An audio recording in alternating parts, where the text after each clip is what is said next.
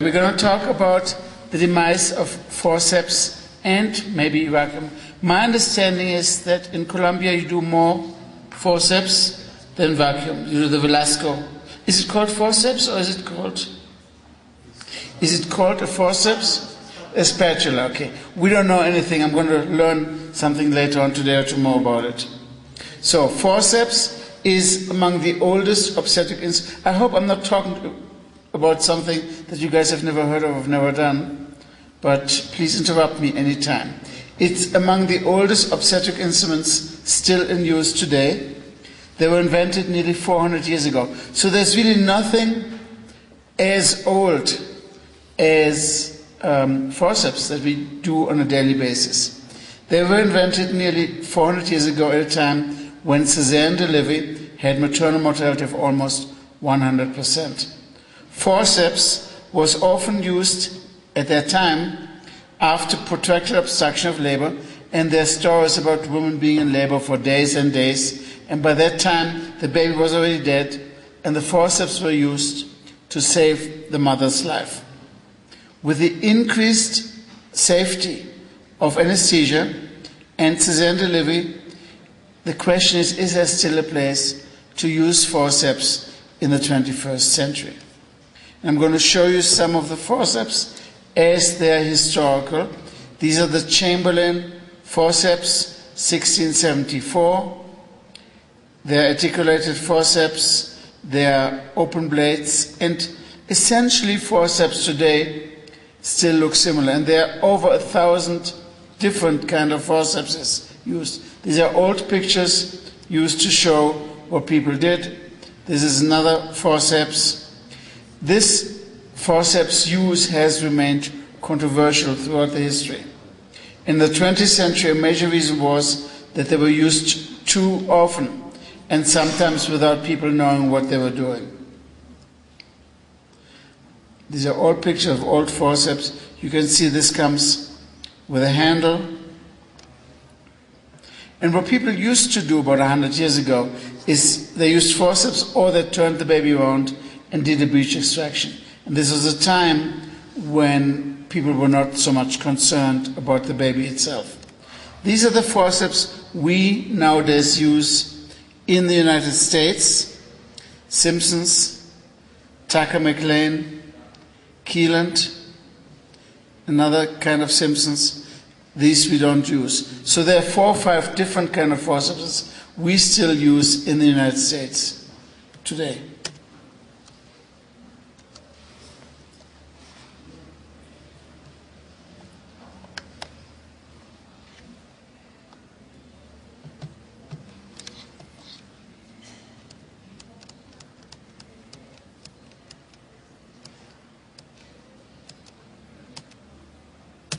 Doesn't want to go down.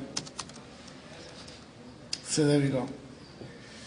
So this is a forceps that might look to you like a regular forceps, but when you look at the 2 handles here,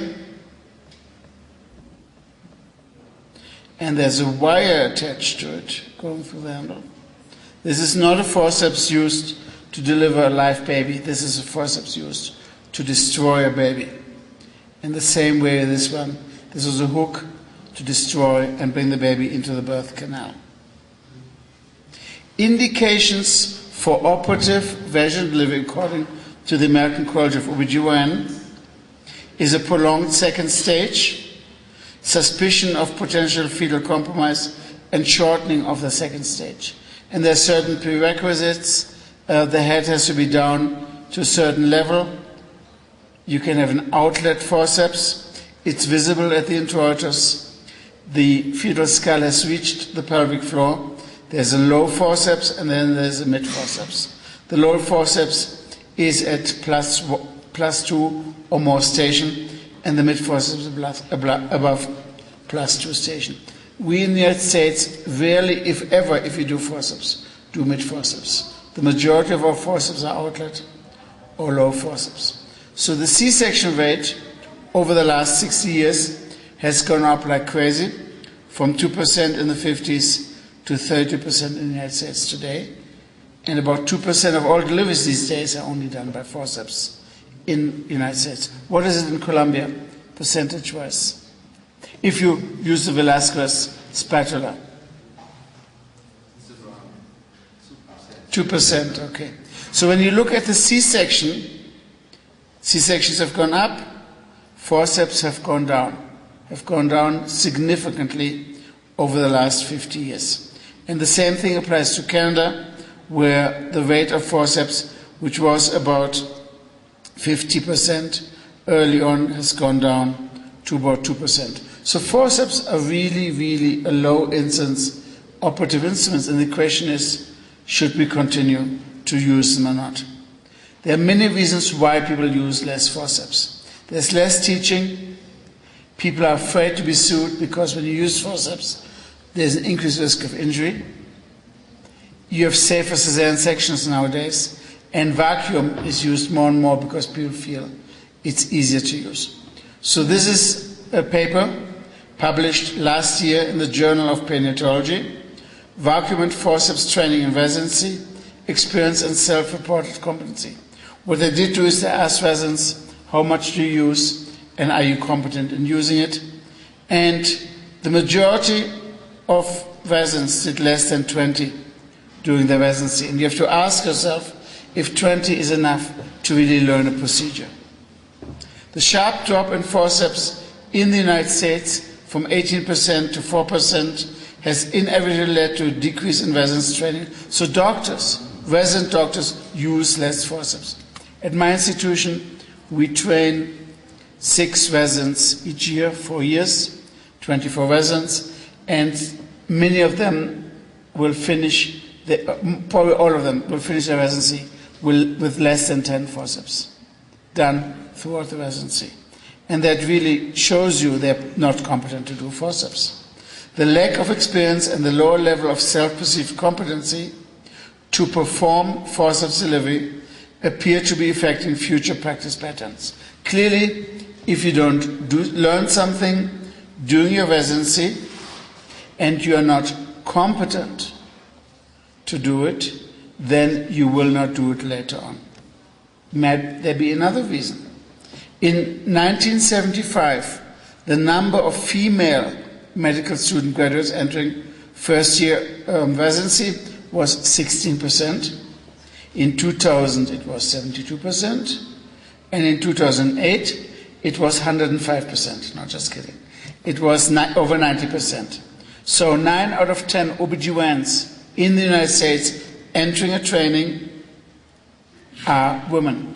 And clearly, this is a subject that is a sore subject, and people don't really talk much about it. But how does it affect somebody's practice pattern? So somebody looked at this. They looked at the effect of obstetric resident gender, of the sex of the resident on forceps delivery rate. And they found that the percentage of total deliveries performed with forceps during residency was significantly higher among male residents, and the percentage of overall operative vaginal deliveries was higher for male residents. These results strongly suggest that resident gender affects performance of forceps delivery. So maybe it's not just people learning less, but maybe it's also more and more the gender of the obstetrician. And I must tell you one thing. When I take a forceps, the big metal instrument, and I show it to one of my pregnant patients before they are in labor, and I said, I'm going to take this instrument, I'm going to place it inside your vagina on both sides, I'm going to squish it around the baby's head, and I'm going to pull the baby out through your vagina. What do you think the majority of my patients will tell me? They will tell me, are you crazy? They will ask me, what is the rate of complications? And I have to tell them what the rate of complications is. Again, inappropriate use of vacuum and forceps is among the top 5 reasons we get into trouble. It's associated with an increase in both maternal and neonatal birth injury. Now, you did hear in the previous talk that with twins, there's a 1 or 2% risk of complications for certain things. Is that a high incidence of complications or is low? And the answer is, if it happens to somebody else, it's low. If it happens to me, it's high. Even 1% is too high. In the United States, every day, 87,000 planes take off and land. If there's a 1% complication rate, you would have 870 planes fall down each day. 1% of all planes. Is 807 each day airplane accidents acceptable? Clearly not. Is 0.1%, 87 planes, acceptable? No. In the United States last year, 2 planes fell down. And that is something I want you to think about when you do obstetrics. We talked about safety.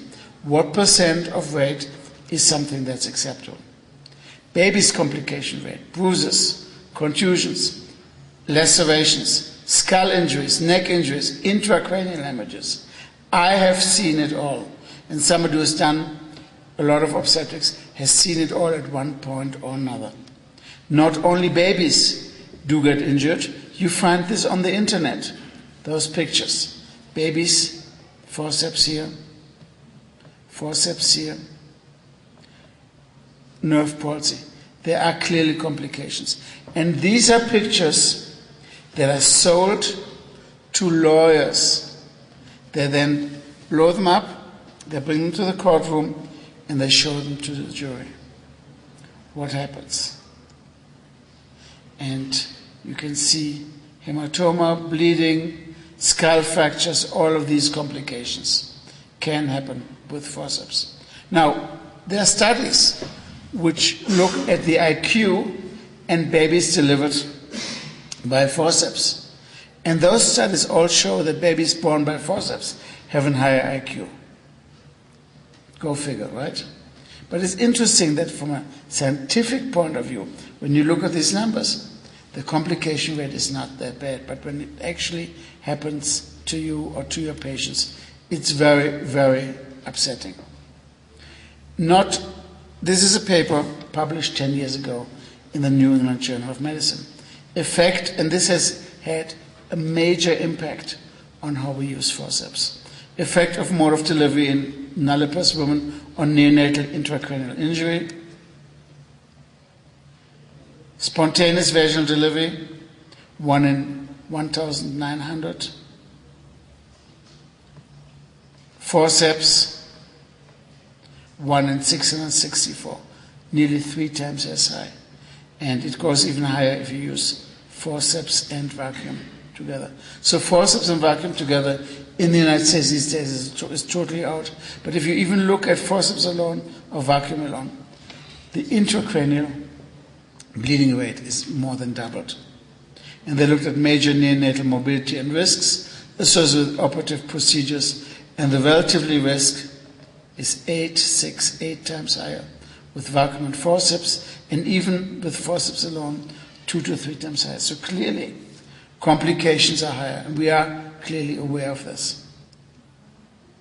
The combination of vacuum and forceps was associated with significantly higher rates of subdural or cerebral hemorrhage. And in the year 2009, we don't do it anymore. It's a no-no. If you use vacuum and then forceps in the same patient, same baby, and there's a complication, big trouble, the American College of OBGYN says you shouldn't do it. But they're not only complications to the baby, they're also complications to mothers. Vaginal injury, cervical injury, uterine injury, bladder injury, rectum injury, perineum injury. I've seen all of them in patients. Not on once, I did forceps myself. I've seen bladder injury with a hole 2 centimeters in the bladder. I've seen vaginal injury where the bowel came out. So there are clearly increased complications with these kind of deliveries. How much maternal birth injury is acceptable? Risk factors for perineal injury during deliveries, again and again and again, papers show you. It's forceps, forceps, forceps, and vacuum. You need to be aware of this. And so, what are we doing about this? This is a paper that looked at the road to zero. Your complication rate at your own hospital should approach zero. It is a far, far-ranging goal. But you need to look, we talked about safety before, at everything you do. Every single, starting from vaginal exams, how many vaginal exams you do, which is the simplest things, to vacuum, forceps, and to cesarean section. So they did publish their paper, The Road to Zero. They said no vacuum applied for fetuses prior to 36 weeks, no combined use of vacuum forceps, and no more than 3 pop-offs on the vacuum. And they were able to reduce the number of vacuum and forceps by 1/3, and they had 0% birth trauma. Every time you have birth trauma, ask yourself, is there something we did we could have done better? So how can you decrease birth traumas? Good protocols, better training, less forceps, less episiotomy. Because it's also episiotomies that do increase birth traumas. In Colombia, do you do routine episiotomies? You do routine episiotomies? No? No routine? Good. Since more and more women have become obstetricians, the number of routine episiotomies has gone down. It has gone down. We still do episiotomies, but we do it only selectively, not routinely. And there are other studies which have shown that women do less episiotomies. When compared with spontaneous vaginal and cesarean deliveries, maternal complications of forceps include vaginal tears, sphincter tears, bladder and urinary incontinence. And there are also newborn risks. And the questions you have to ask yourself is, many young obstetricians are not sufficiently competent in performing forceps deliveries. Obstetric departments should never grant any privileges to anybody unless they show competency. And you do grant privileges in your hospitals to certain procedures? Yes, no, you grant privileges in general. Do you ask doctors if you give them, when you give them forceps privileges, how many did you do last year? Usually you don't ask yourself. And ask yourself, if you didn't do any last year, can you do them or not? And the answer, it's not like riding a bicycle. So after 400 years of using forceps, is it time to retire most forceps instruments? With the increasing emphasis on improving maternal and neonatal outcome, even a small increase in this risk does not justify performing a difficult forceps delivery. And my feeling is, with the exception of pure low forceps procedures, these operations now belong in history books and medical museums. The other question, which I did not bring up, is informed consent. When you do a forceps delivery, what does your informed consent consist of? And I cannot talk for your country or for your institution, but I would say that the vast majority of forcepses are not done with adequate informed consent.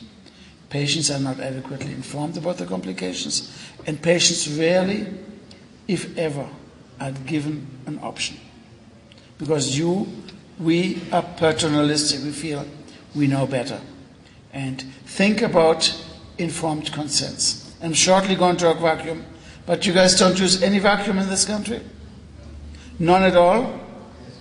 You use vacuum. So I don't know how much I should talk about it. Maybe I'll just talk to you afterwards about it.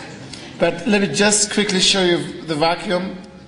So pictures, because you have not seen any pictures. We use vacuums a lot. And this is how you do it. You put it on the baby's head and you pull it out. And one place, if you want to learn it, is with a C-section, because it's a little bit easier to do. So my residents, when we do C-sections, you do C-sections with intake membranes, the head is floating. Sometimes you have difficulties getting the head out. That's the time to do it.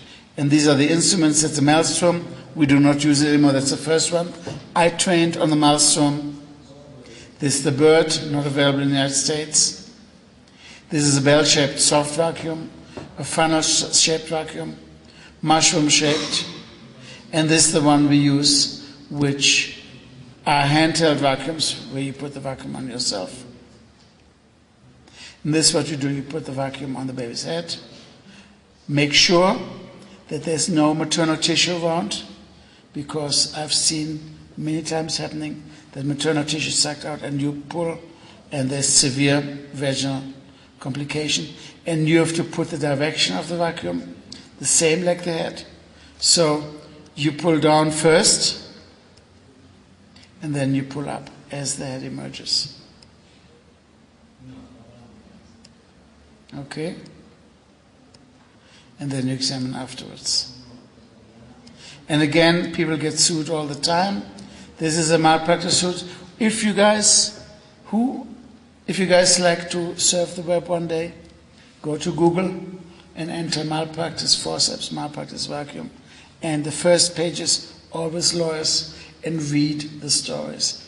Every single story you can read on. Use it like your normal Q&As. Most hospitals have once a week or twice a week. Case presentation. Read the case presentation. The supervising obstetrician determined that forceps would be necessary while instructing a resident obstetrics how to use it. The infant's facial nerves were damaged. He now suffers right facial paralysis. $875,000. Not much money in the United States for an injured baby. Injured baby in the United States costs many $1 million. And in fact, there's some cases of brain damaged babies, they cost $20, $40, $50 million. After deliberating less than 1 day, the jury awarded the family $700,000 for an injury suffered during delivery. The infant's physician inappropriately used forceps as well as other unsuitable means in an attempt to deliver the infant when he observed a shoulder torture. So this is an Obstetricos case. So just be aware that we are very much capable of injuring somebody, and if you don't know what you're doing, don't do it. The most important thing when you use forceps or vacuum is you should be able to abandon it when it doesn't work. So if there's no descent with the first pull, just give up. Just give up. I've seen, the older doctors, I've seen people taking their knee against the table and pulling like this. I don't recommend you do that, but people still do it. 20-minute rule, pop off. Make sure that when the baby doesn't come down, or when you pop off the vacuum, it doesn't come down. And thank you very much. My picture from Canal.